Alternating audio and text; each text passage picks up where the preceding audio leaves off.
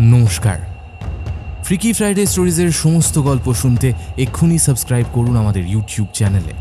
Bell আইকনে click করতে ভুলবেন না সমস্ত গল্পের আপডেট এবং নোটিফিকেশন সবার আগে পাওয়ার জন্য। নমস্কার, আমি সায়ন্তন। আপনারা শুনছেন ফ্রিকি ফ্রাইডে স্টোরিজ। আজ আপনাদের জন্য রয়েছে একটি বিশেষ গল্প। সাহিত্যিক তমগ্ন নস্করের কলম থেকে আজ আপনারা শুনবেন একটি বিশেষ স্বাদের ভয়ের গল্প, মনোহারিণী। আজকের গল্প পাঠে রয়েছে আর্য। গল্পের সূত্রধার আমি সায়ন্তন। শুনতে থাকুন আজকের বিশেষ নিবেদন, লেখক তমগ্ন নস্করের কলম থেকে মনোহারিণী।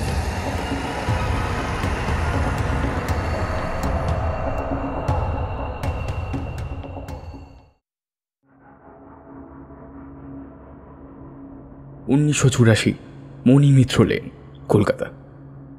কোনো ক্রমে টুলটা ঝেড়ে ডায়েরিটা নিয়ে বসলাম।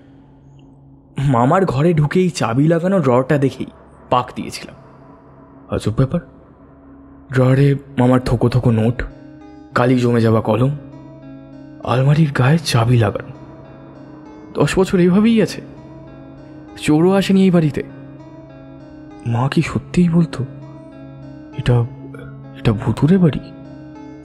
হ্যাঁ, সে যাকে যাক, আগে ডায়েরিটা পড়ি। হিসেবপত্র যদি কিছু থাকে তাহলে এসব টাকা তো চলবে না। যেথায় যা আছে কুড়িয়ে বাড়িয়ে ব্যাংকে জমা দিতে হবে, যদি বিক্রিবারটা কিছু হয়।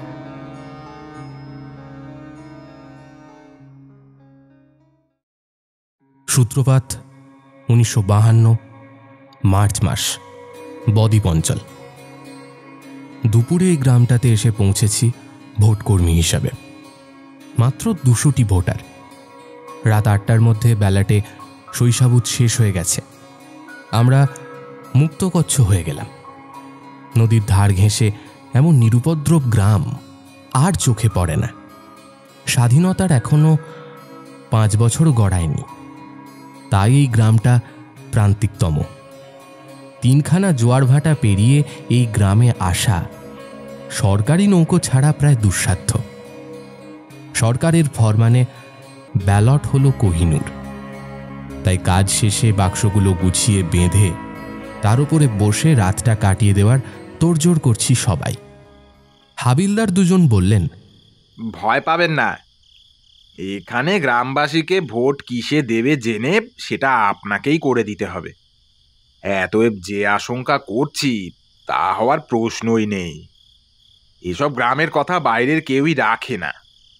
আজকের দিনে সেসব কথা ভাবলে অসম্ভব লাগে, কিন্তু 52 সেই ভোট করতে গিয়ে নিশ্চিন্তে ব্যালট বাক্স হাবিলদারের জিম্মায় রেখে আমরা ভেতরে বাড়িতে খেতে গিয়েছিলাম।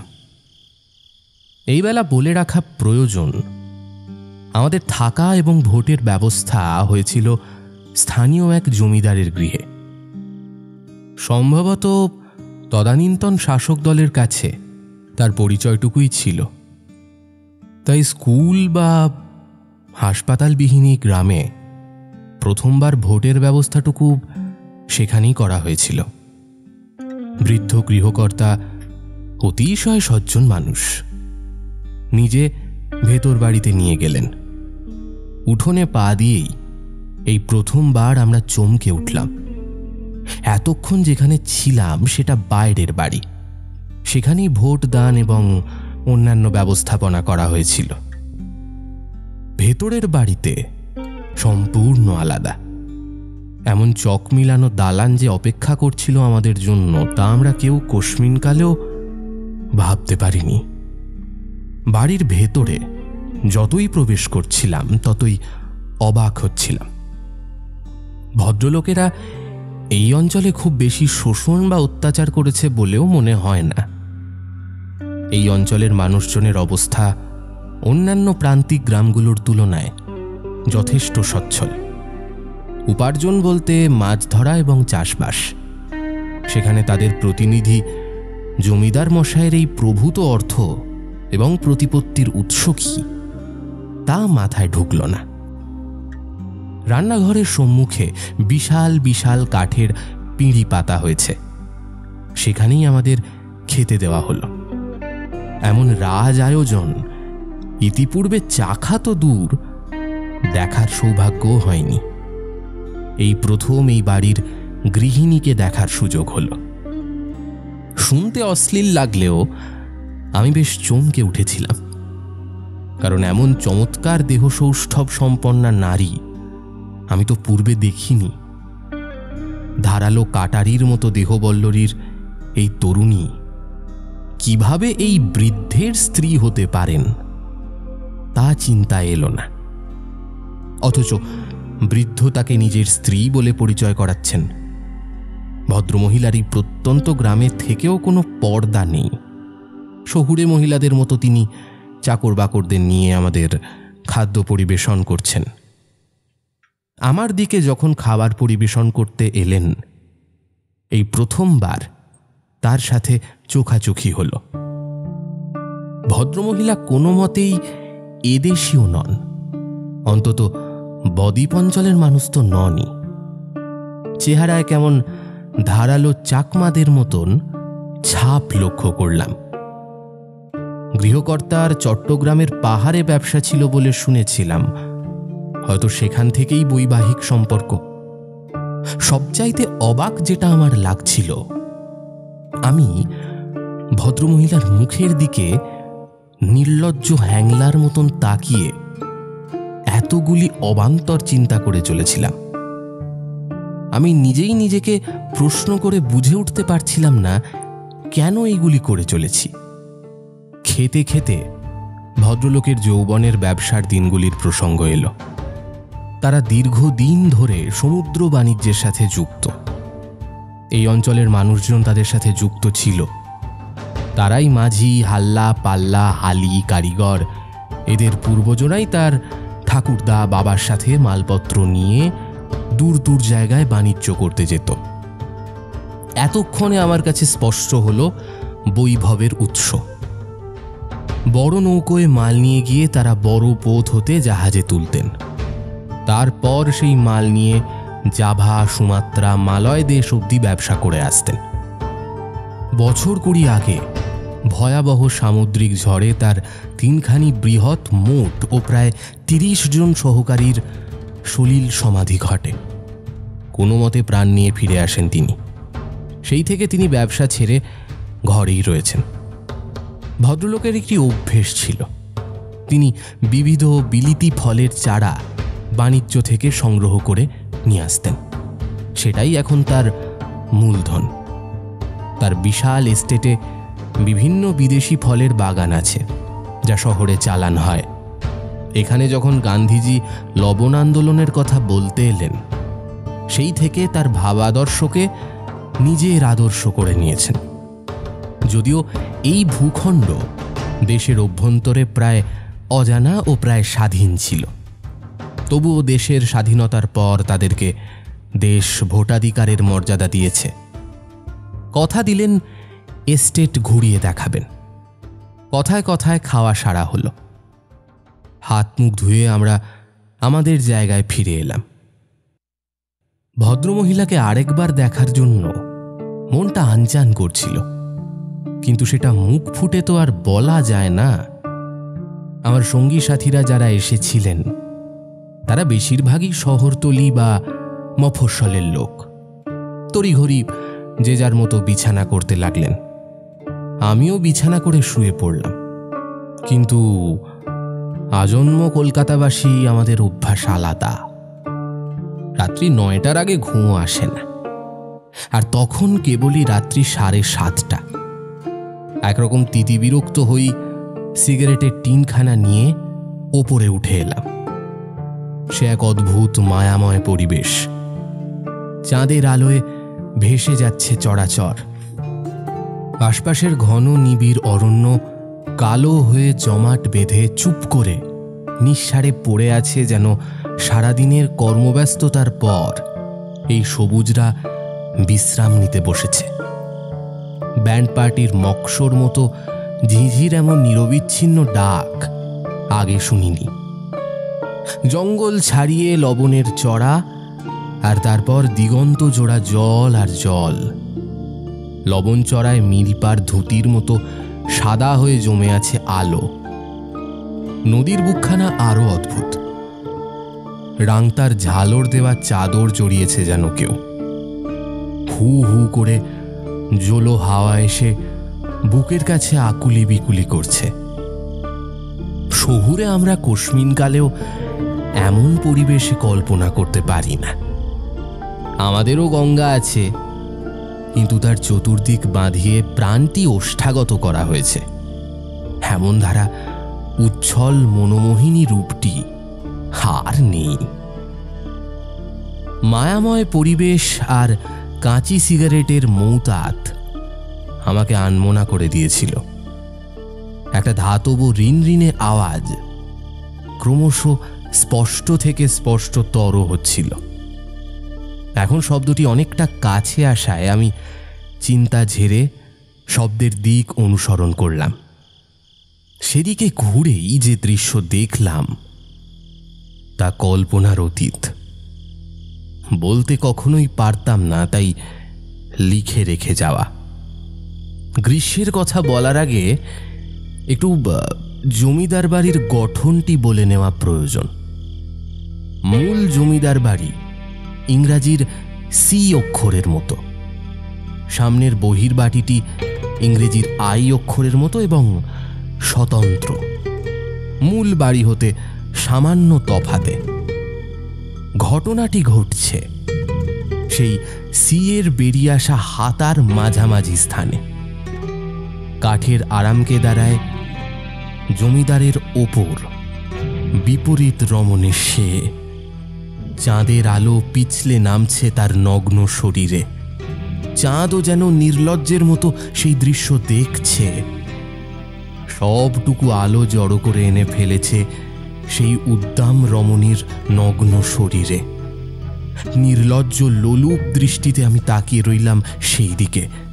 নিজেকে নিয়ন্ত্রণ করতে পারছিলাম না, বিবশ হয়ে আসছিল শরীর। সহসা সেই রমণী ঘাড় ঘোরালেন। আমি চমকে পড়েই যাচ্ছিলাম। মুহূর্তের চোখাচোখিতে ভদ্রমহিলার চোখ দপ করে হিংস্র সাপদের মতো জ্বলে উঠল। আমি স্পষ্ট দেখলাম বাল্বের আলোর মতো হলুদ জলজলে চোখের মণি। কি বিভৎস! মুহূর্তে কোত্থেকে খণ্ড খণ্ড মেঘ এসে চাঁদকে ঢাকা দিয়ে দিল। এত পরিষ্কার পূর্ণিমার আকাশে এই মেঘ কোথা থেকে এলো আমি অনুমান করতে পারলাম না। ভীষণ লজ্জায় আমি নিচে নেমে আসছিলাম। এবার তারা শীতকার শুরু করলেন, যেন আমাকে শুনিয়ে শুনিয়ে সেই শীতকার তারা করে চললেন। আমি কোনো মতে নিচে নেমে এসে কাঁপতে কাঁপতে শুয়ে পড়লাম। সেই রাতে এক অদ্ভুত স্বপ্ন দেখেছিলাম। আমি আমার বিছানায় শুয়ে আছি, একটি বৃহৎ শ্বেত সর্প আমার সারা শরীরে চলে বেড়াচ্ছে। আমি ভয় পাচ্ছি না, বরং তার সেই শীতল পেলাম স্পর্শ আমি উপভোগ করছি। আমার গলায় ঘাড়ে এসে আমায় ছুঁয়ে যাচ্ছে, আর আমি চোখ বুজে তলিয়ে যাচ্ছি।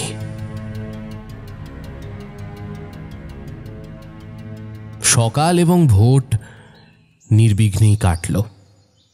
যতটুকু বুঝতে পারলাম এই গ্রামে পুরুষের সংখ্যা বেশ কম। যদিও কালকে শৈশাবুদের কালে বুঝতেই পেরেছিলাম, এখনও দেখলাম বেশ কম। আমাদের নিতে আসার আগে রায় সাহেব দ্বীপ্রাহরিক আহারের জন্য ডাক দিলেন। আমরা ততক্ষণে বুঝে গেছি চিন্তা বা ভয়ের কোনো কারণ নেই, আর কাঠগড়ায় দাঁড় করানোরও কেউ নেই। আমার অবশ্য অন্য টান। আহার সমাধার পর রায় সাহেব ধূমপানের নিমিত্ত বাইরে এলেন। দলে আমি একাই ধূমপান করতাম, তাই রায় সাহেবের সাথে আমি একাই বাইরে গেলাম। চমৎকার বাগান, অচেনা অজানা ফুলের গন্ধে তৃষিত ভ্রমরের গুঞ্জনে গমগম করছে। রায় সাহেব পাইপ ধরালেন, আমায় একখানা চুরুট দিলেন। ভদ্রমহিলা আমাদের দিকে পিছন ফিরে রাজহংসদের দানা দিচ্ছিলেন। এদিক ওদিক কথাবার্তার পর খানিক না চেয়েও আমি ওনাদের ব্যক্তিগত প্রসঙ্গটা উত্থাপন করে ফেললাম। আমি বুঝতে পারছিলাম আমি নিজের সীমা লঙ্ঘন করছি, তবু নিয়ন্ত্রণ করতে পারলাম না। আমি অসভ্যের মতোই প্রশ্নটি উত্থাপন করে বসলাম। রায় সাহেব, আপনার স্ত্রী কি এদেশীয় নন? পাইপটা মুখ থেকে নামিয়ে খানিকক্ষণ চুপ করে তারপর মুখের দিকে গম্ভীর হয়ে বললেন, ব্যাপারটা একটু বেশি ব্যক্তিগত হয়ে যাচ্ছে না? লজ্জায় আমার মরে যাওয়া উচিত ছিল, তা সত্ত্বেও আমার দুই চোখ বারবার ভদ্রমহিলার পায়ের দিকে চলে যাচ্ছিল। এবার ভদ্রমহিলা দানা খাওয়ানো বন্ধ করে সরাসরি আমার মুখের দিকে তাকালেন। গত রাতের মতোই অবশ হয়ে গেলাম। মহিলার গম রঙা চামড়ায় আলোড়া মাখামাখি করছে। ভুট্টার রোঁয়ার মতো বাদামি রোমশ হাত দুখানা আমার শরীরে আগুন ধরাচ্ছে যেন। অথচ আমি হলপ করে বলছি, আমি এমন নই। আমার সংযম, আমার প্রচ্ছন্ন অহংকার। রায় সাহেব বললেন, উত্তর আমি দেব, তবে তার আগে একটি প্রস্তাব আছে।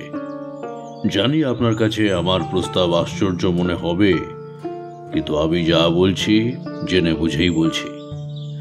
আপনার শিক্ষা দীক্ষা সম্বন্ধে খোঁজ নিয়েছি, তাই এই প্রস্তাব। এই গ্রামে একটি বিদ্যালয় স্থাপন করতে চাই। যোগ্য মাস্টার ছাড়া তা প্রহসন। আর তার সাথেই আমার এই বিশাল এস্টেটের একজন ম্যানেজারও চাই। আপনি সেই যোগ্য মানুষ। আপনার বর্তমান উপার্জনের 3 গুণ আমি দেব। এস্টেট বা স্কুল আপনার সম্পূর্ণ স্বায়ত্তশাসনেই চলবে। আমার দিন সীমিত। আমার চলে যাওয়ার পর স্ত্রীর হয়ে দেখাশোনা করবেন। যদি নাও চান, আপনি দায়িত্ব নিলে একটা অঙ্ক আপনার নামে কাগজ করে দেব, যাতে চাকরি ছাড়ার জন্য আপনাকে পস্তাতে না হয়। দয়া করে আমাকে সাহায্য করুন। আশ্চর্য! এই প্রস্তাবে রাজি হওয়ার মতো কোনো কারণ ছিল না। আর এই প্রস্তাব উনি করলেনই বা কেন? একজন শহুরে মানুষ তার স্থায়ী সরকারি চাকরি ছেড়ে কেন এই পাণ্ডব বর্জিত দ্বীপে আসবে? কেন? উন্মাদ নাকি? কিন্তু আমার জীব বলল অন্য কথা। আমি রাজি হয়ে গেলাম। নিরেট পাথরের মতো সম্মতি দিয়ে এলাম। বাড়ি ফেরার পথে বহুবার চিন্তা করেছি যে কেন আমি রাজি হয়েছি, কিন্তু আমি তার কোনো উত্তর খুঁজে পাইনি। উল্টে কামনার কামড়ে শিরশিরে শরীরে নৌকোর খোলে ঢুকে পড়েছি। বাড়ি ফিরে ঠিকই করেছিলাম ফিরে যাব না, কিন্তু ভদ্রমহিলার সেই অমোঘ টান আমাকে বারে বারে টেনে নিয়ে চলেছে ওই গ্রামের দিকে। সেই সাপ রোজ আমার স্বপ্নে আসত, তার অজগর বাঁধনে আষ্টে পৃষ্ঠে জড়িয়ে নিত।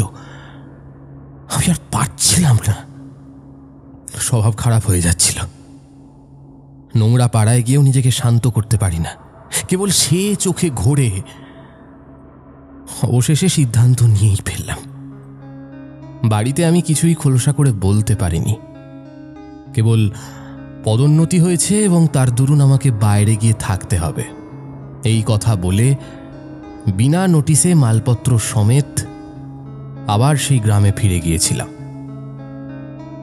মাসখানেক ওভাবে কাটল। বাইরের বাড়িতে স্কুল ও আমার অফিস। লক্ষ টাকার কারবার দেখি। স্বভাব খারাপ হয়েছে আমার। রিপুরা ছোবল দিচ্ছে। রোজ 1-2 করে বড় টাকা সরিয়ে আমার দেরাজ ভরাই, কিন্তু সেই কাঙ্ক্ষিত সুখ আসে না।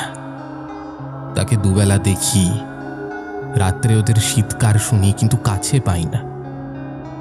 মাসখানেক কাটার পর একদিন প্রবল বৃষ্টির দিনে রায় সাহেবের বুকে ব্যথা উঠল। আমার খানিক হোমিওপ্যাথি জানা ছিল। শহরে থাকার সময় অভ্যেস করতাম।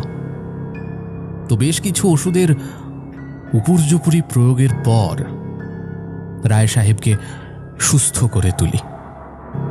সেই দিন ছিল আমার প্রথম শোবার ঘরে যাত্রা। সেদিন সুস্থ হয়ে রায় সাহেব আমাকে তাদের জীবনের ঘটনা শুনিয়েছিলেন।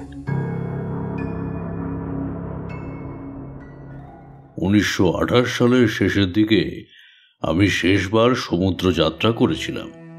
জাভা, মালয়, সুমাত্রা হতে প্রচুর অর্থ সেই যাত্রায় উপার্জন করতে পেরেছিলাম।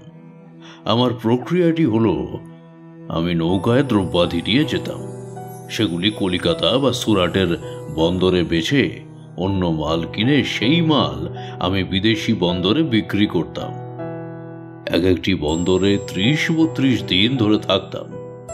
সঙ্গী সাথীদের নিয়ে বন্দর সন্নিহিত জায়গায় একাধিক দোকান দিতাম। ফলে অল্প দিনেই সেই সব মাল শেষ হয়ে মুনাফা উঠে আসত। সেইবারেও প্রচুর উপার্জন করে আমরা ফিরে আসছি। উপার্জন খানিক বেশি হয়েছিল বলে এবারে নিজেদের মধ্যে আমরা একটা ছোট্ট স্কুনার ভাড়া করেছিলাম। ওই স্কুনারটি ঝড়ের মুখে পড়ে। আমাদের ভিনদেশি বন্ধুদের অনেককেই হারিয়েছিলাম সেই ঝড়ে। গ্রামের মানুষজন এবং আমরা কোনো ঊর্ধ্ব পুরুষের আশীর্বাদে উপায়ে সেই যাত্রায় ভাঙা মাস্তুল দড়ি ধরে এক দ্বীপে এসে উঠি। না, সে কাহিনী ভয়ঙ্কর কোনো অভিযানের কাহিনী নয়। সেই দ্বীপ যথেষ্ট মনুষ্য বসবাস ছিল। সেখান থেকেই সেবা শুশ্রূষা করে আমাকে সুস্থ করে তোলেন ওর দিদি। ওদের 2 বোনকেই আমি আমার সাথে নিয়ে চলে আসি। এক অদ্ভুত মায়া আর ভালোবাসার সম্পর্ক তৈরি হয়ে গিয়েছিল ওদের সাথে। ওর দিদিকে আমি বিবাহ করি যখন ওর বয়স কেবলই 18। আমি চেয়েছিলাম ওকেও ভালো করে বিবাহ দিতে, কিন্তু কে করবে? নাম গোত্রহীন ভিনদেশি কন্যা। তারপর এলো সেই বিপর্যয়। আমাদের বিবাহের 2 বছরের মাথাতেই আমাদের সন্তান আনতে গিয়ে চুংপেই অর্থাৎ আমার প্রথম স্ত্রী মারা যায়। সেই থেকে আমার এই সংসার, আমার অর্ধেক সবকিছু দায়িত্ব ওই নিয়েছে। কি বলে না ইংরেজিতে মাস্টার, ট্যাবু নাকি? ওসব ওদের সমাজে নেই, কিন্তু কোনো সন্তান সন্ততি আমাদের হয়নি। দিদির করুণ পরিণতির পর ও ভয় পায়, তাই আমিও আর জোর করিনি। নামটাও ওদিন জেনে নিয়েছিলাম, তুংপেই। আলাপটাও ওই দিনই হয়ে গিয়েছিল। শুশ্রূষা হেতু সারা রাত্রি দুজন রায় সাহেবের খাটের দুদিকে জেগে বসেছিলাম। এরপর কিভাবে ঠিক কি হয়েছিল, কিভাবে আমরা পরস্পরের প্রতি আকর্ষিত হয়েছিলাম তা ডায়েরিতে লিখে অবান্তর অশ্লীল কাব্য বই অন্য কিছু তৈরি হবে না। তাছাড়া বুকের যেরকম ব্যামো উঠছে, বাম দিক যেমন অবশ হয়ে আসছে, তাতে যে কোনো সময় সন্ন্যাসের কামড় বসবে। হোমিওপ্যাথি অভ্যাস এটুকু নারীজ্ঞান আমায় দিয়েছে। এক অবৈধ প্রণয় মেতে উঠেছিলাম আর নিজেকে বুঝে গেছিলাম এই তরুণ বয়সে এক বৃদ্ধ ওকে সুখী করতে পারে না। তাই যা হচ্ছে তার নিছকই শারীরিক চাহিদা মাত্র, এতে অন্যায় কিছু নেই। আমি রায় সাহেবকে ঠকাচ্ছি না, আর এটাই ছিল আমার সবচেয়ে বড় ভুল। এসবের মধ্যে আমার দৃষ্টি অন্ধ হয়ে পড়েছিল। না হলে ভদ্রলোকের আয় ব্যয় হিসেব আমি মেলাতে পারতাম। আমি ক্রমশই কামনা আর বাসনার ঘেরাটোপে বন্দী হয়ে পড়ছিলাম। তুংপেই আমাকে শারীরিক সুখ দিচ্ছিল আর রায় সাহেব আমাকে অর্থ দিয়ে চলেছিলেন। বাড়িতেও কেউ প্রশ্ন করত না, কারণ আমাদের কালীঘাটের এই গৃহ একতলা থেকে ত্রিতল হয়ে পড়ল মাত্র 1 বছরেই। বোনেদের যে ঘরে বিয়ে দিলাম সেই ঘর আমার জ্যাঠা বাবাদের স্বপ্নের অতীত। এত কিছুর পরেও আমার ভালো লাগছিল না। মনে হচ্ছিল এইভাবে লুকিয়ে চুরিয়ে নয়, এই নারীকে আমি পেতে চাই আমার মতো করে। ও তাই চাইতো। তারপর এক রাতে আমরা দুজনে এসে সিদ্ধান্ত নিয়েছিলাম, রায় সাহেবের হাত বাক্স আর কোম্পানির কাগজ শেয়ার নিয়ে পালিয়ে এসেছিলাম ওর হাত ধরে। টিপছাপ ইত্যাদি ওই করিয়ে রেখেছিল। বাবা মা ততদিনে গত হয়েছেন। বরদা প্রথমে অশান্তি করেছিলেন, কিন্তু তারপর আমার আর্থিক অবস্থার কথা চিন্তা করে এবং যে পরিমাণ অর্থ আমি নিয়ে এসেছিলাম তার খতিয়ান দেখে চুপ করে যান। মানুষ রিপুর দাস। এতদিন যে সুখ ও শান্তির ছবি তাদের দেখিয়েছিলাম তাতে তারা আর আপত্তি করেননি, কিন্তু তখনও কে জানতো যে সর্বনাশ অপেক্ষা করে আছে। ও আসার পর আমার ঘরে যেন সম্পত্তির বন্যা বয়ে গেল। যে কাজে হাত দিই তাতেই সোনা ফলতে লাগলো। বছর কয় এরকমই যায়। একটাই আফসোস, সন্তান নেই। তুংপেইকেও আজকাল বিধ্বস্ত লাগে। বয়সজনিত ক্লান্তি হবে। আমি ব্যবসা থেকে এসে ওকে সময় দিতে লাগলাম, কিন্তু একদিন আমার সব কিছু তছনছ হয়ে গেল। গভীর রাত্রে ঘুম ভেঙে দেখলাম সে পাশে নেই। মন কু ডাক দিল। পাপী মন তো। দেখি প্রস্রাব ঘর ভেতর থেকে বন্ধ। বুঝলাম ভেতরে আছে। নিশ্চিন্ত হয়ে আবার ফিরেও আসছিলাম, ঠিক সেই সময় আমার ভাইপোর ঘর থেকে শাড়ি ঠিক করতে করতে বেরিয়ে এসেছিল তুং। রাগে মাথায় আগুন উঠে গিয়েছিল। কারসাজিটা বুঝলাম। তখনকার দিনে সবই মাথার ওপর খোলা স্নানঘর। ওপর থেকে ঢুকে দরজা লাগিয়ে আবার বেরিয়ে এসেছে। আর তারপর নিশ্চয়ই আমার ভাইপোর কাজ। তার মানে অনেক দিনের পরিকল্পনা। আমার নাকের নিচে আমার স্ত্রীর কাছে রাগে তখন সর্বশরীর রি রি করছিল। কিন্তু এত রাতে এসব করলাম না। তুঙের হাত ধরে টেনে নিয়ে এসে দরজা দিলাম। মনে হচ্ছিল আমার বোধশক্তি সব কিছু খেয়ে নিচ্ছে। আমি চাইছি প্রতিবাদ করতে, কিন্তু প্রতিবাদ করতে পারছি না। পরদিন আমার ভাইপো এক আন্দোলনের মিছিলে গুলিবিদ্ধ হয়। এরপর যেন মৃত্যুর করাল গ্রাস নেমে এলো। বরদা বড় বৌদি গেলেন শোকে। লক্ষ্য করতাম প্রতিটা মৃত্যুর সাথে সাথে তুঙের বার্ধক্য একটু একটু করে কমে আসছে। বলি রেখাগুলো যেন এক জাদু বলে মোলায়েম হয়ে আসছে ক্রমশ। তখনও কিছু বুঝতে পারিনি। আমাদের সম্পর্কের মধ্যে যে চিপটা ধরা সেটা ধরেই গিয়েছিল। দেরি করে করেই ঘরে ফিরতাম। এত বড় বাড়িটা যেন আমায় গিলতে আসতো। সেদিনও অফিসে বসে আছি, আমার ছোট বোন কাঁদতে কাঁদতে আমার কাছে এলো। গাড়িতে যেতে যেতে ছোট বোনের থেকে সব জানতে পারলাম। ছোট ভগ্নিপতির ইদানিং নাকি স্বভাবে কিছু দোষ দেখা দিয়েছে। বোনের সাথে খুব কর্কশ ব্যবহার করত, কথায় কথায় ঝগড়া, চড়থাপ্পড়। শান্তশিষ্ট কলেজের প্রফেসরটির এমনতর স্বভাব হবে কেউ চিন্তাতেও আনতে পারেনি। বৌমার গায়ে হাত তোলার প্রতিবাদ করে বৃদ্ধ বাবা অবধি প্রহৃত হন সন্তানের হাতে। শেষে তিনিই ছেলের খোঁজ নিতে একজনকে নিযুক্ত করেন। সেই আজ খোঁজটা দিয়েছে। অমল অর্থাৎ ভগ্নিপতিটি নাকি প্রতিদিন শ্বশুর বাড়িতে আসে। আজ বোন নিজে ভগ্নিপতির পিছু নিয়েছিল এবং হাতে নাতে ধরে ফেলেছে দুজনকে। মূল কালপ্রিট কে তা তো আমি জানতামই। বোনকে কিভাবে সান্ত্বনা দেব সেটাই আমার মাথায় ঢুকছিল না। আমাকেও আজ অজস্র গালি শুনতে হলো। নিজের বোনের অভিশাপ যে বুক পেতে নেওয়া কি ভীষণ শক্তিশালী। বোন অনেক কিছুই করতে চেয়েছিল, আমিও মনে মনে অনেক কিছুই করতে চেয়েছিলাম, কিন্তু পারিবারিক কেচ্ছা কে বাইরে আনতে চায়। বুঝিয়ে শুনিয়ে বাড়ি পাঠিয়ে দিলাম। পরদিন বজ্রপাতের মতন সংবাদ এলো, লজ্জায় আমার ভগ্নিপতিটি কলেজের ছাদ থেকে লাফ দিয়ে আত্মহত্যা করেছে। শ্মশানে সবার সম্মুখে আমার মৃত্যু কামনা করলো আমারই ছোট বোন। বুকে যন্ত্রণাটা তখন থেকেই শুরু হয়েছিল। আমি বেশ বুঝতে পারছিলাম শরীর আর ধাক্কা নিতে পারছে না। ভারাক্রান্ত মনে ঘরে ফিরে এলাম।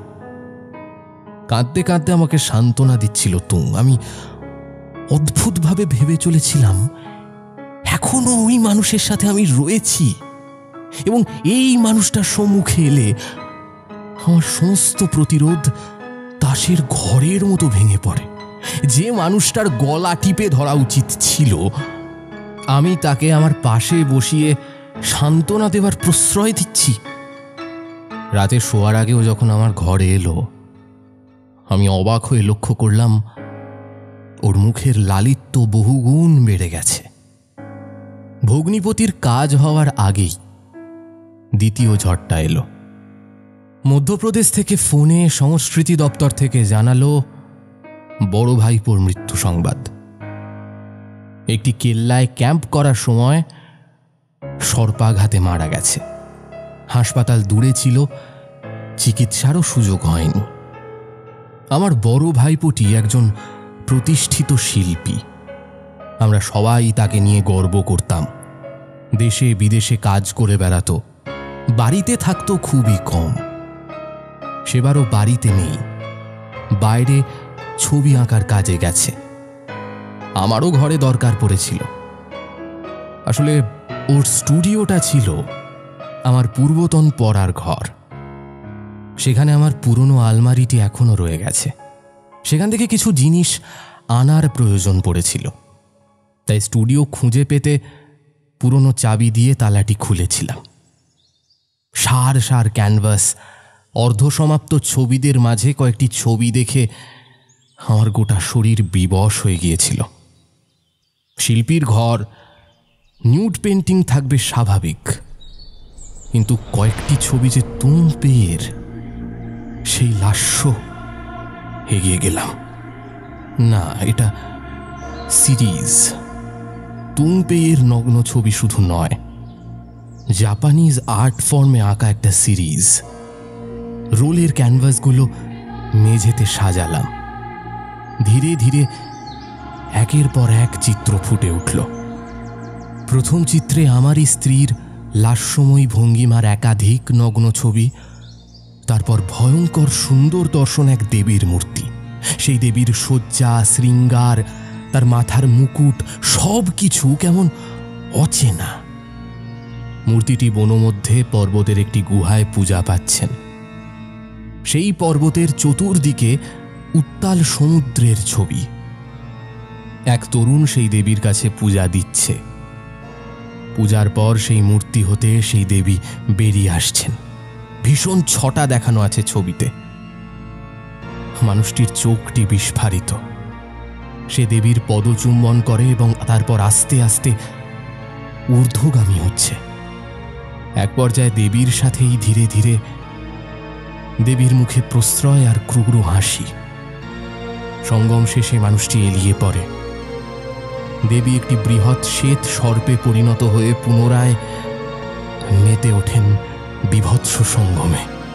তারপর খোলস ত্যাগ করে প্রবেশ করেন মূর্তি মধ্যে। সেই খোলসের আঁশগুলি সোনায় পরিণত। মানুষটি সেই দেবী মূর্তি আর স্বর্ণ আঁশ নিয়ে বেরিয়ে চলে। এরপর ছবিতে মানুষটি মূর্তি ফিরিয়ে নিয়ে আসছে।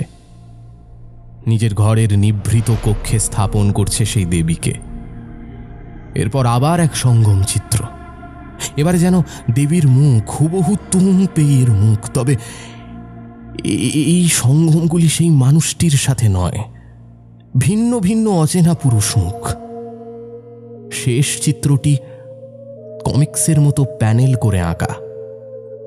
একাধিক মৃত্যুর ছবি, একটি বৃহৎ বটগাছের একাধিক পুরুষ, কেউ গলায় দড়ি দিয়ে ঝুলে আছেন, কেউ গাছের শাখার ধারালো আগায় শুলবদ্ধ হয়ে গেঁথে আছেন, কেউ গাছ থেকে পড়ে গাছের গোড়ায় পড়ে চূর্ণ হয়ে গেছেন, কেউ গাছের কোটর থেকে বেরিয়ে আসা সর্পের দংশনে মারা গেছেন। আর একদম ডান দিকের প্যানেলে সেই উপাসক তরুণটির ঘরে ভরে উঠছে খোলসের আঁশ স্বর্ণে। আমার বড় ভাইপো নিখুঁত ছবি আঁকে, তাই নির্লজ্জটা আপন কাকিমার ছবিটিও এঁকেছে নিখুঁত ভাবে। কাল রাত থেকে ওই জন্যই ওকে এত উজ্জ্বল লাগছে। ওকেও ওই খেলো। স্থির করেই নিয়েছিলাম কি করব। হত্যা না করলে এই বংশের কেউ, অন্তত পুরুষ, বাঁচবে না। এ কোন অপদেবী আমি জানি না, আমার জানার প্রয়োজনও নেই, কিন্তু একে শেষ করতেই হবে। আমি বুঝতে পারছিলাম ওই গ্রামে পুরুষের সংখ্যা এত কম কেন। হতভাগা রায় সাহেব অর্থের লোভে দেবীকে কোত্থেকে সাথে করে নিয়ে এসেছেন জানি না, এখন ছটফট করছিলেন। উনি চেয়েছিলেন আমি দেবীতে আকৃষ্ট হয়ে পড়ি, তাহলেই ঝেড়ে ফেলা যাবে এই অভিশাপ। ঠিক আছে, আমিও ঝেড়ে ফেলব। রাত্রের খাবারে বিষ দেব। রতন আমার ড্রাইভার, ওকে দিয়েই ডিসপোজ করাবো বডি। পিশাচি আমাকে ক্ষমতা কম দেয়নি। তার আগে শেষবারের মতো মিলিত হব একবার। আমার শরীর দিচ্ছে না, কিন্তু ওই লোভ যে আমি ছাড়তে পারছি না। আজকে ডাকে রায় সাহেব একখানা চিঠি পাঠিয়েছেন, ইচ্ছে হয়নি পড়ার। যত নষ্টের গোড়া ওই। এরপর মামার ডায়েরিতে আর কিচ্ছু লেখা ছিল না। ডায়েরিটাতে অনেকগুলো পাতা আছে ঠিকই, কিন্তু আর কিছু লেখা হয়নি। আমার এই লম্পট মামার কি পরিণতি হয়েছিল তাও আমি জানি না। শুধু জানি 25 বছর ধরে এই বাড়িটা ফাঁকা পড়ে আছে, আর আমি চরম দারিদ্র্যের মধ্যে মানুষ হয়েছি। বাবা কিচ্ছু রেখে যায়নি, আর মাও এত সম্পত্তি থাকা সত্ত্বেও মামা বাড়িতে আসতে দেয়নি। আজ আমার কেউ নেই, আছে কেবল এই সম্পত্তি। এই টিউশনি জীবন আর আমি চালাবো না। মা মিথ্যে বলতো, বাবার নাকি সেরিব্রেল হয়েছিল। আর এখানে আমার বাবা আর আমার মামা দুজনেরই লাম্পটের খতিয়ানও আমি নিজে দেখলাম। আমার মৃততুতো ভাইগুলো কম যেত না, আর আমি কিনা এদের দোষে রেলের স্কুলে ছেঁড়া জামা পরে বড় হলাম। ডায়েরির তলাতেই এখানে চিঠি ছিল, পড়তে শুরু করলাম। খুব মার্জিত ভাষায় চিঠিখানা লিখেছেন উক্ত রায় সাহেব। ঠিকানায় দেখলাম চড়ামারা দ্বীপ। চড়ামারা 2 বছর আগে সাগরে তলিয়ে গেছে। মানুষজনকে সরকার পুনর্বাসন দিয়েছে স্বরূপনগরে। পড়া শুরু করলাম। স্নেহের প্রমথ, আশা করি এখনো অবধি তুমি কুশলেই আছো। ভনিতা করব না, সরাসরি বলি তোমায় আমি ঠকিয়েছিলাম, তবে তা ইচ্ছাকৃত নয়। আমার নিজের উপরে কোনো নিয়ন্ত্রণ ছিল না। তোমাকে পাওয়ার ইচ্ছা স্বয়ং সে প্রকাশ করেছিল। জানি এই চিঠি তুমি পড়তে চাইবে না, বা আমার নাম দেখলেই সর্বশরীরে প্রদাহ উঠবে তোমার, কিন্তু সবটুকু জানিয়ে যাওয়া আমার কর্তব্য। হয়তো ইতিমধ্যেই তার কারণে তোমার পরিবারে অনেক কিছুই অঘটন ঘটে গেছে। বিশ্বাস করো, আমিও এমনই অনেকগুলি অসহায় মানুষকে বাঁচাতে এটুকু করতে চেয়েছিলাম। যেভাবে দ্বীপবাসীরা তাকে আমার নিয়তির সাথে বেঁধে দিয়েছিল, সেভাবেই আমি তোমায়। আমরা যে দ্বীপটিতে উঠেছিলাম, সেই দ্বীপের মানুষদের পূজিতা এই নারী। পূজিতা হলেও এ দেবী না অপদেবী তা তুমি নিজেই বিচার করে নিও। এ হলো লোভ ও বাসনার দেবী। আমাকে সে যে কি করে আমাকে তার শিকার বানিয়েছিল তা আমি আজও জানি না, যেমন তুমি জানো না। শুধু এইটুকু জানি, যে বাড়িতে আমি ছিলাম সেই বাড়িতে একটি ছোট্ট দেবী মূর্তি ছিল। আমাদের সহজাত বিশ্বাসে আমি স্নান সেরে সেই দেবী মূর্তিকে ফুল দিয়ে পুজো দিতাম। তারপরে কিভাবে যে সেই দেবী মূর্তি আমাকে আকর্ষণ করতে শুরু করলো সে আমি বলতে পারবো না। এই আকর্ষণ কদর্য অথচ দুর্লঙ্ঘ। নিত্যদিনই আমার স্বপ্নে আসতে লাগলো। একটা শ্বেত সর্ব আষ্টে পৃষ্ঠে জড়িয়ে ধরতে লাগলো দিনকে দিন। শেষ দিকে আমি তার লালার সান্দ্রতাও অনুভব করতাম আমার শরীরে। ভাবতে পারো কতটা ভয়াবহ। ওদের একজন বুড়ো বললেন, দেবী নাকি আমাকে চান, দেবী আমাকে যা চাই তাই দেবেন, কিন্তু দেবী আমাকে চান। মন্ত্র দিলেন।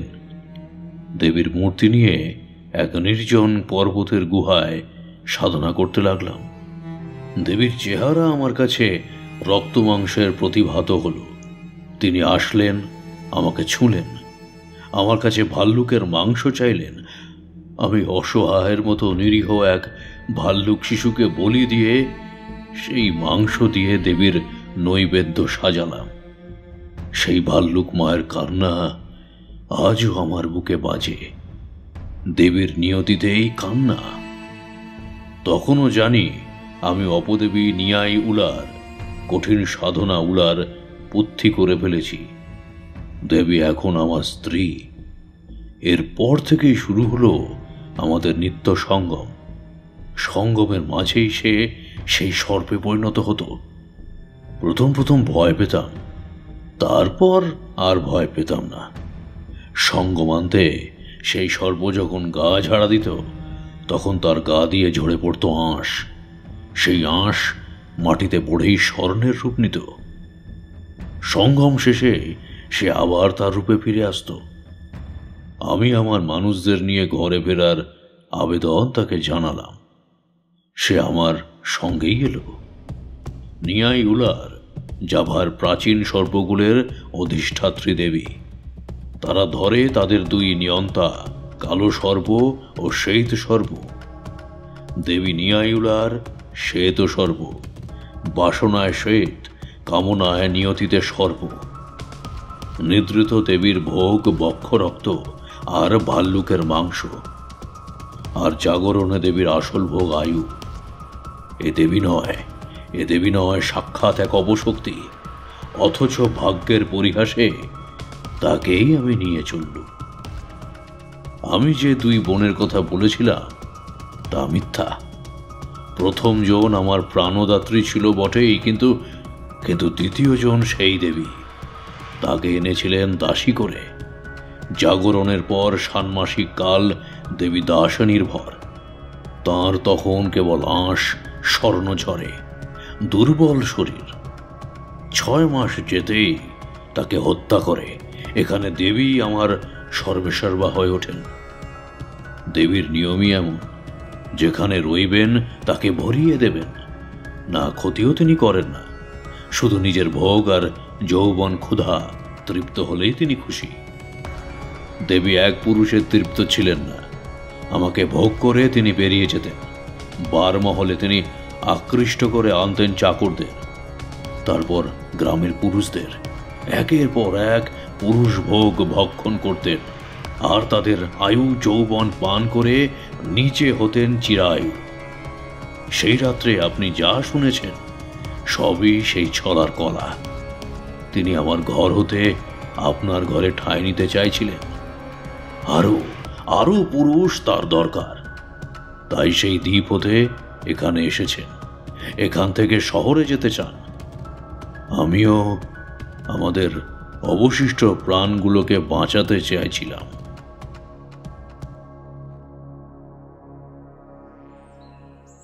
আসতে পারি? আমার চিন্তায় ছেদ ঘটালো এক ভদ্রমহিলা সুরেলা ঝঙ্কার। মুখ তুলে দেখি শাড়ি পরা এক তরুণী চৌকাঠে এসে দাঁড়িয়েছেন। আমায় প্রশ্ন করলেন, আপনি কি মালিক? আমি দ্বিধাগ্রস্তভাবে মাথা নাড়তেই তিনি বললেন, ভালোই হয়েছে। এতদিন এই বাড়িটাকে দেখে ভূতের বাড়ি মনে হতো। এখন আপনি এসেছেন, নিশ্চয়ই বসবাস করবেন। আমরা একটু শান্তি পাবো। কি বলবো দাদা, সামনের বাড়িতে ভাড়া উঠেছি, বারান্দায় আসতে পারি না। ভূতের বাড়ির মতো আখাম্বা জরাজীর্ণ বাড়িটা দাঁড়িয়ে আছে। বর বাসের ড্রাইভার, দেরি হয় রাতে আসতে, কত রকম আওয়াজ আসে, ছোট বাচ্চা নিয়ে রীতিমতো আতঙ্কে থাকি। মেয়েটি সমানে বলে চলেছে, কিন্তু আমি যে মেয়েটিকে দেখছি, মেয়েটি অসাধারণ সুন্দরী। হাওয়ায় উড়তে থাকা শাড়ির আঁচল, থোকো থোকো মুখের ওপর এসে পড়া চুল, রিন রিন করে বাজতে থাকা চুড়ি আমাকে যেন ভাসিয়ে নিয়ে চলল। চিঠির পিছনের কথাটা পড়া হলো না আর। পিছনের পাতাটা উল্টোলে হয়তো দেখা যেত আরো 2টো লাইন লেখা ছিল। ওর মৃত্যু নেই, তুমি হয়তো চাইবে ওকে হত্যা করে মুক্তি পেতে, কিন্তু ও অমর। আবার কাউকে ফাঁসিয়ে তাকে দিয়ে ফিরে আসবে। ওকে হত্যা করা যায় না। যেমন কামুক লোককে দমন করা যায় না, ঠিক তেমন ভাবেও ওরও মৃত্যু নেই। আমি আজ মৃত্যু শয্যায় দেবীর সেই বিপুল স্বর্ণমুদ্রা দিয়ে গ্রামে যা যা মঙ্গলকর করার ছিল ওরে প্রায়শ্চিত্ত করেছি। কিন্তু তোমার কাছে আমার স্বীকারোক্তি দেওয়ার ছিল। মাফ তুমি আমাকে করবে না সে আমি জানি, তবু এ আমার অন্তিম প্রার্থনা। ইতি ভাগ্যহত মনমথ রায় চৌধুরী।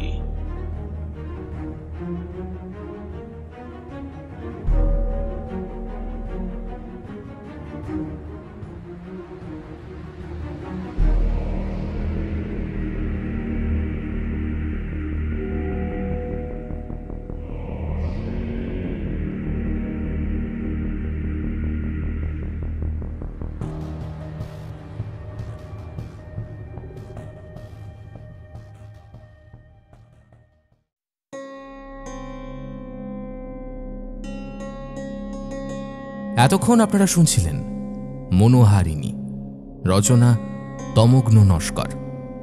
গল্প পাঠে ছিল আর্য, গল্পের সূত্রধার এবং প্রমথর চরিত্রে ছিলাম আমি সায়ন্তন। অন্যান্য চরিত্রে আমার সাথে ছিল সৌম্যদীপ, পার্থ এবং তৃষা। এই গল্পের নাট্যরূপ নির্মাণে ছিল অনিন্দিতা, শব্দ সংযোজনে ছিল রণজয়, আবহ সঙ্গীত ও স্পেশাল এফেক্টসে ছিল শঙ্খ। এই গল্পের প্রচ্ছদ নির্মাণ করেছে শুভদীপ ব্যানার্জি। কেমন লাগলো আজকের গল্পটা? যদি এই গল্পটা আপনাদের ভালো লেগে থাকে অবশ্যই চ্যানেলটি সাবস্ক্রাইব করে দেবেন, বেল আইকনে ক্লিক করতে ভুলবেন না সমস্ত গল্পের আপডেট এবং নোটিফিকেশন সবার আগে পাওয়ার জন্য। আমাদের ফলো করতে পারেন ফেসবুক পেজের লিঙ্ক আপনারা পেয়ে যাবেন এই গল্পের ডেসক্রিপশন বক্সে। সবাই ভালো থাকবেন, সুস্থ থাকবেন। আপনাদের সাথে দেখা হবে আগামী পর্বে আরও একটি রোমাঞ্চকর গল্পের সাথে। আজকের মতো এখানেই শেষ করছি। নমস্কার, শুভরাত্রি।